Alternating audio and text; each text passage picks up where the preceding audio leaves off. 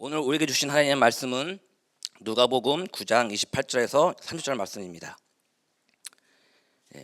누가복음 9장 28절에서 30절 말씀입니다. 제가 가진 신약성경 107페이지입니다. 28절에서 30절 말씀 찾으신 줄 알고 함께 읽겠습니다. 이 말씀을 하신 후 8일쯤 되어 예수께서 베드로와 요한과 야고보를 데리고 기도하시러 산에 올라가사 기도하실 때에 용모가 변화되고 그 옷이 휘어져 광채가 나더라. 문득 두 사람이 예수와 함께 말하니 이는 모세와 엘리야라.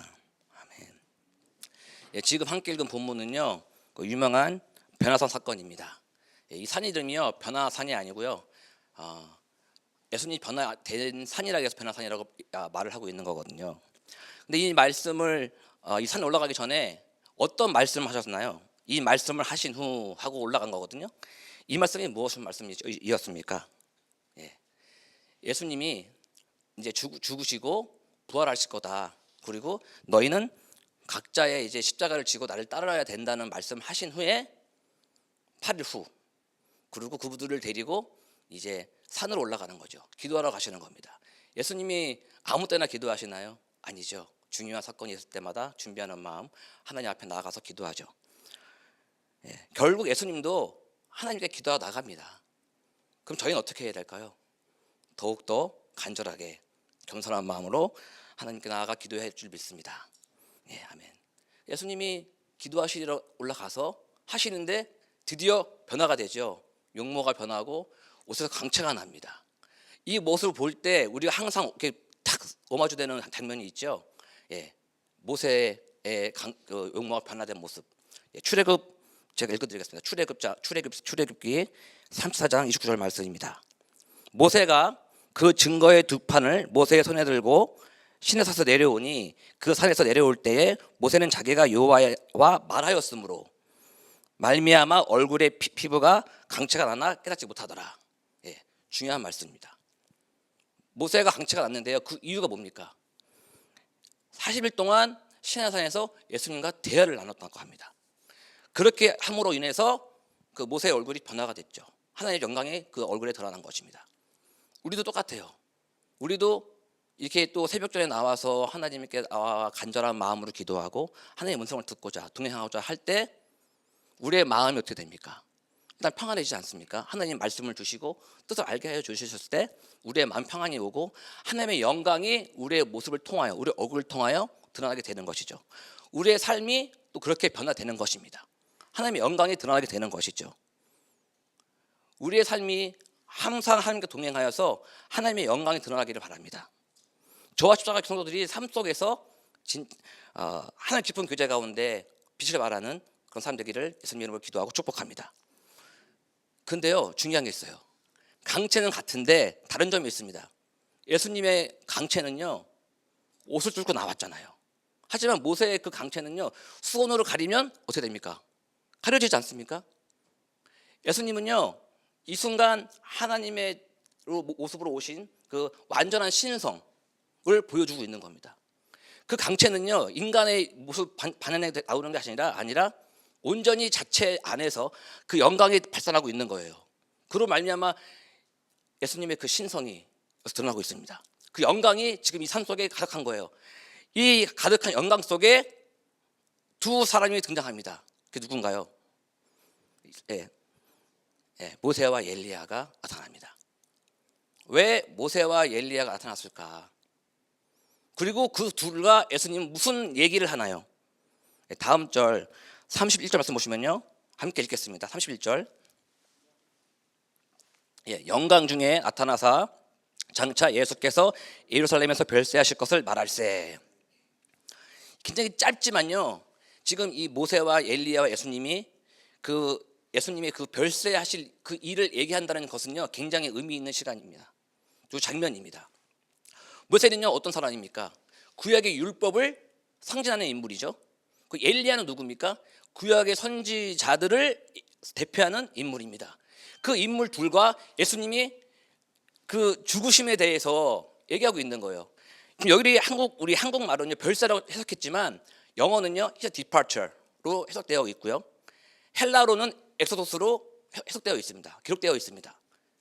결국에는요, 이 하나님의 예수님의 그 십자가의 죽으심은 엑소도스, 출애굽.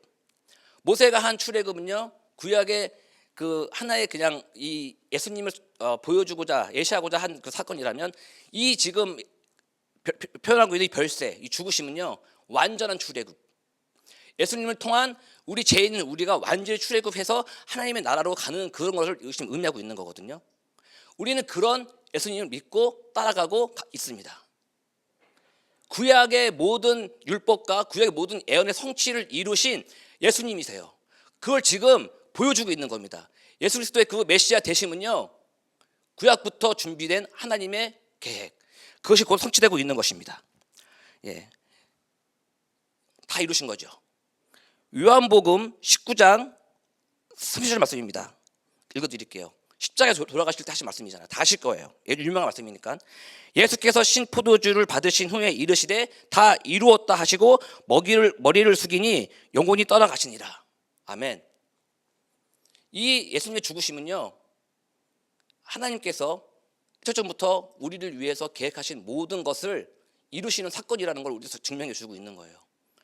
그의 죽으심, 그 별세는요, 끝이 아니라 우리에게 영원한 생명, 하나님의 나라를 주시고자 하는 하나님의 그런 귀한 사역이었습니다.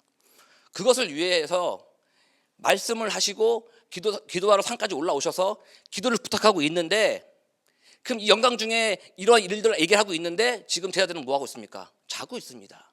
그러다가 그 모세와 엘리야가 이 중요한 얘기를 하고 떠나갈 때쯤에 베드로가 딱 깨어나죠. 그리고 뭐라고 하십니까? 뭐라고 베드로가 고백하죠? 예, 그 다음 절입니다. 3절 말씀인데요. 제가 읽어드릴게요. 두 사람이 떠날 때 베드로가 예수께 여짜오되 우리가 여기 있는 것이 좋사오니 우리가 초막셋을 짓되 하나는 주를 위하여 하나는 모세를 위하여 하나는 엘리야를 위하여 하사니라 하니 하되 자기가 하는 말을 자기도 알지 못하더라. 예, 지금 깨어나서요 보니까요 모세 엘리야가 있는 거예요. 그리고 영광이 가득한 거예요. 와, 갈라 하는 겁니다. 그 두 분이 가지 마십시오. 같이 살아야 됩니다. 여기서 내가 초막을 지겠습니다. 예수님 잡으십시오. 근데 지금 베드로는 뭘 잊고 있죠? 여기 왜 올라왔습니까? 예수님께서 올라오실 때 전에 하신 말씀을 또 기억해야 되는 거예요. 나는 곧 죽을 거고 3년 만에 부활할 건데 너희도 나의 각자의 십자가를 지고 그 길을 갈아야 된다. 그러기 위해서는 기도를 해야 된다. 올라가자. 올라왔는데 지금 베드로는 뭘 잊고 있습니까? 예수님의 죽으심과 자신의 십자가의 삶을 잊고 있고 당장 보여지는 이 뭔가 화려한 영광, 영적인 충만함 이런 걸 너무너무 지금 사모하고 있는 거예요. 그래서 잊어버린 겁니다. 우리도 이런 경험 하지 않습니까? 영성 수련회 같은 데 가면 좋잖아요. 밥도 주고 그다음에 기도하고 찬양하고 말씀만 들으니까 너무 행복하잖아요. 여기가 천국입니다. 하지만 며칠 내려가야 돼요. 그럼 어떻습니까? 내려가기 싫잖아요. 그렇죠? 그리고 교회 옵니다. 교회 오면 찬양하고 기도하고 말씀 듣고 교제를 나눕니다. 너무 좋아요. 교회 응에 살고 싶어요. 하지만 이것이 건강한 신앙생활일까요? 그렇지 않습니다. 우리는 세상에 나가야 되는 겁니다. 그렇죠? 아멘. 하나님의 주신 그 사명, 하나님의 주신 그 마음의 평안과 천국 복음, 그리고 나의 주신 영원한 구원의 그 감격을 전해야 되는 거예요. 세상에 나가야 되는 거예요. 하지만 베드로는 그걸 지금 망각하고 있는 거예요. 잊어버린 거예요. 왜? 너무 좋거든요. 이걸 놓치기 싫은 거예요. 그런 순간 하나님의 임재가 그 안에 덮습니다. 베드로와 제자들이 거기 막 취해 있고 본인이 어떤 말을 하는지도 모르고 막 뭔가 당황스러운 상황 가운데 그래서 하나님의 임재가 내려오거든요. 근데 어떻게 내려오느냐? 두려움으로, 구름으로 하나님께서 내려오시죠. 왜 구름으로 내려오십니까? 하나님 임재를 나타내는데 하나님의 영광이 너무 크기 때문에, 하나님의 빛이 너무 크기 때문에 우리가 그 빛을 보면 죽지 않습니까? 하나님의 은혜 가운데 구름으로 덮고 그들 덮고 말을 합니다. 이 예수는 나의 아들이고 곧 택함을 받은 자니 너희는 그의 말을 들으라 라고 다시 한번 말씀으로 베드로 제자들에게 경각심을 주는 거죠. 지금 너가 이럴 때가 아니다. 너가 예수님의 말씀을 제대로 듣고 순종해라. 그 말씀입니다. 십자가의 삶은요, 막 우리가 막 고난 받고 막 어디 막 치우고 막 내가 막 그런 거 아닙니다. 단순합니다. 하지만 굉장히 힘듭니다. 그게 무엇입니까? 그의 말을 들으라. 이건 뭐냐면요, 순종하라는 거예요. 그의 말씀을 믿고 온전한 순종을 해라. 그것이 너희가 가야 될 십자가의 삶이다. 그것이 우리에게 있어야 됩니다. 여러분, 하나님의 말씀에 대해서 어떻게 생각하시나요? 하나님의 말씀을 지키고 순종하는 것이 정말 나의 십자가 삶이라고 생각하십니까? 그게 진짜 힘들지 않습니까? 정말 우리가 간절히 순종하고 싶지만 그걸 하지 못하는 것이 우리의 십자가의 삶이라는 거예요. 너무 대단한 거 아닙니다. 하지만 또 너무 쉽지도 않아요. 그죠? 하나님의 말씀을 우리가 제대로 듣고 확신을 가지고 순종해 나갈 때 그것이 우리가 하나님 주시는 우리의 십자가 삶을 믿습니다. 그럴 때 하나님께서 우리에게 정말 영광이 드러나고 그 말씀 속에 우리에게 주는 기쁨이 얼마나 큰지를 알게 해주시는 거예요. 예. 하나님의 임재가 떠나고 결국엔 떠나고 남은 건 무엇입니까? 보여지는 것은 무엇입니까? 예. 36절 말씀입니다. 함께 읽겠습니다. 소리가 그침에 오직 예수만 보이더라. 여기까지 읽겠습니다. 오직 예수만 보이더라. 지금까지 어떠한 상황이었습니까? 굉장히 다양하지 않았습니까? 예수님이 기도할 때 영광이 나타나고 몸에서 강체가 나고 그 다음에 모세와 엘리야가 막 나타나고 그런 상황 속에서 하나님의 임재가 나타나고 말씀이 울려지고 두려움과 무서움이 있는 가운데 떠나고 나니 보여지는 것은 무엇입니까? 오직 예수만 보였습니다. 그 예수님은요, 강체나는 모습의 예수님이 아니었어요. 처음 올라왔을 때 그 모습의 예수님이었습니다. 그 예수님의 모습, 그분은 다시 내려가서 십자가의 사역을 감당하고자 또 준비된 그 사역을 하셔야 되는 거였어요. 완전한 신성이었던 예수님께서 지금은 완전한 인성을 가지신 예수님의 모습으로 보여주는 거죠.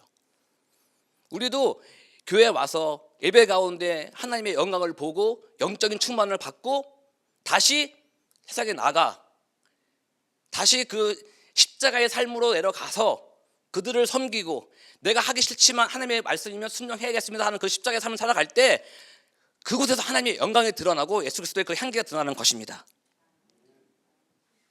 모세와 엘리야, 베드로는 섬기고 싶었어요. 하지만 그들은 섬길 대상이 아닙니다. 우리는 오직 예수 그리스도만 섬겨야 되는 거고 그분만이 영광 받으셔야 되는 것입니다. 이미 예수님이 영광 받으시기 합당하신 분이고 그분 스스로가 영광 되시는 분입니다. 그리고 그러신 분이 철저히 자원하여서 십자가 고난을 받으시고자 기도하시고 순종하신 겁니다. 그러한 삶을 우리가 본받아야 될 줄 믿습니다. 오직 예수님만 바라보고 말씀에 순종하는 저와 뉴십자가 교회 되기를 예수님의 이름으로 축복하고 기도합니다. 예, 기도하시겠습니다. 하나님 아버지 감사합니다. 저에게 십자가에 죽으신 예수님의 고난에 참여할 수 있는 영광을 허락하여 주심에 감사를 드립니다. 말씀에 순종할 수 있는 은혜와 믿음을 부어 주시옵소서. 우리의 구원에 멈추는 것이 아니라 하나님의 복음을 전하는 십자가 교회 되기를 원합니다. 저희를 사용하여 주시옵소서. 각자의 십자가를 지고 따르겠사오니 저희의 기도를 들어 주시옵소서. 형골로 영광 받아 주시옵소서. 하나님의 어린 양 되시는 예수님의 이름으로 기도합니다. 아멘.